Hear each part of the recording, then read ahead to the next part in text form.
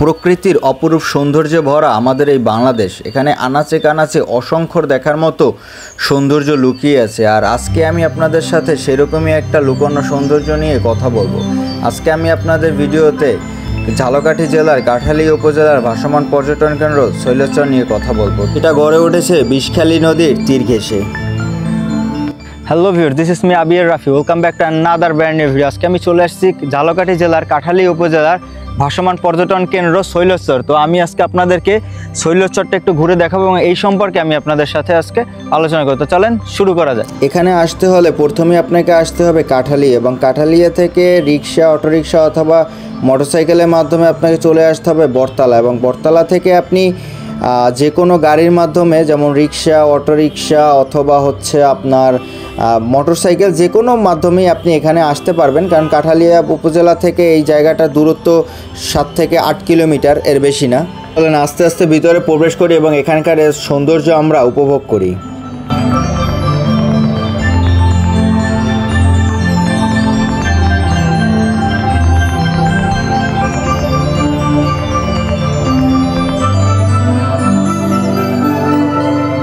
এখানে ঢুকতেই সামনে চড়ক গাছ অথবা নাগরদোলা, আমরা যেটাই বলি, সামনে পড়বে এবং এটা সম্পূর্ণ বিনামূল্যে ব্যবহার করতে পারবেন। আর একটু সামনে গেলে হাতের ডান দিকে এরকম একটা বট গাছ দেখতে পাবেন আপনি, এবং এই বট গাছটার অবস্থা প্রেমিক প্রেমিকারা যা করছে, তাদের প্রেম নিবেদন মনে হয় সম্পূর্ণটুকু এই গাছটার উপরেই করছে এবং এটার উপরেই তারা রিসার্চ করেছে, যা দেখা যাচ্ছে।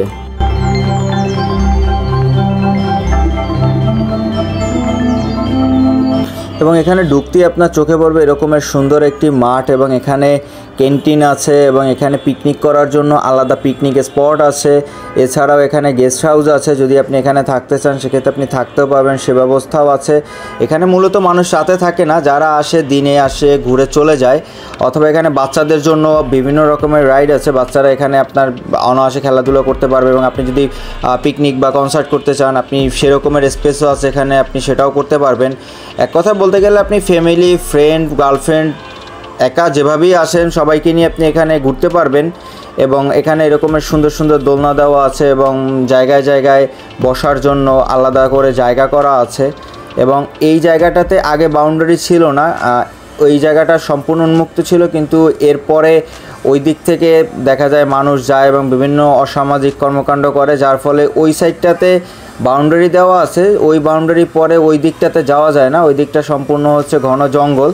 এবং এইখানে একটা ঘাট আছে, আমি যদি একটু সামনে যাই আপনাদের আরও সুন্দরভাবে দেখাতে পারবো, নদীর পাড়ে। এবং এইখান থেকে আপনি চাইলে গোসল করতে পারেন, অথবা হচ্ছে আপনি এখানে অনেক সুন্দর সুন্দর স্পট পাবেন, আপনি ছবি তুলতে পারবেন।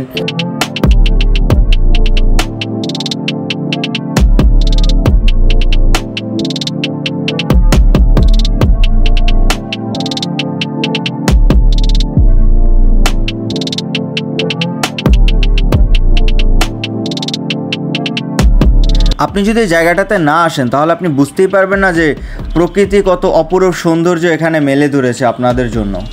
এবং এখানে আসলে আপনি এক কথায় বলতে গেলে প্রকৃতির মাঝখানে আপনি হারিয়ে যেতে বাধ্য হবেন। এক সাইডে নদী, এক সাইডে এরকমের সবুজ ঘাস, এরকম বাগান, এবং এরকম সুন্দর সুন্দর বেঞ্চ দেওয়া আছে। আলাদা আলাদা এখানে স্পটগুলো তৈরি করা আছে, যে পিকনিক স্পট আছে, গেস্ট হাউস আছে, বাচ্চাদের জন্য খেলার রাইডগুলো আছে এখানে।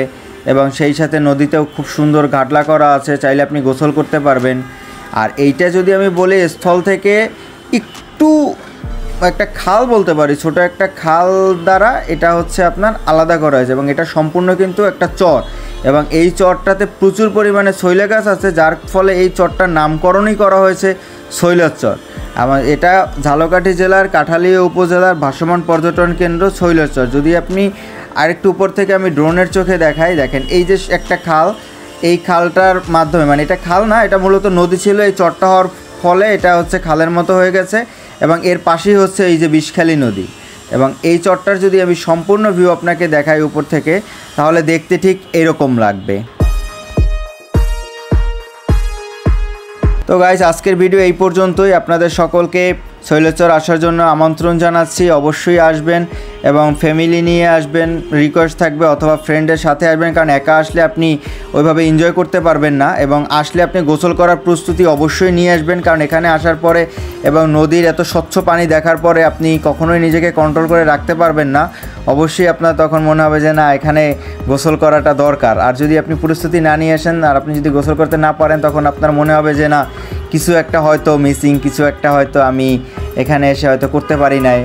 এরকম দ্বিধাদ্বন্দ্বে থাকার থেকে এই জন্যই আমি একবারে বলে দিয়েছি যে আপনি কিভাবে আসবেন এবং এখানে কি কি প্রস্তুতি নিয়ে আসবেন।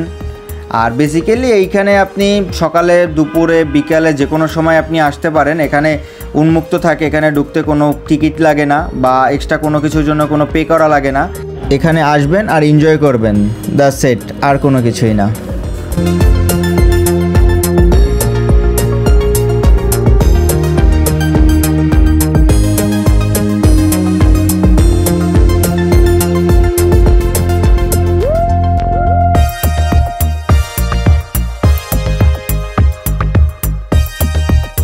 তো আজকের ভিডিও এই পর্যন্তই, দেখা হচ্ছে নেক্সট কোনো ভিডিওতে। ততক্ষণ লাইক করুন, শেয়ার করুন, সাবস্ক্রাইব করুন এবং সাথেই থাকুন। আল্লাহ হাফেজ।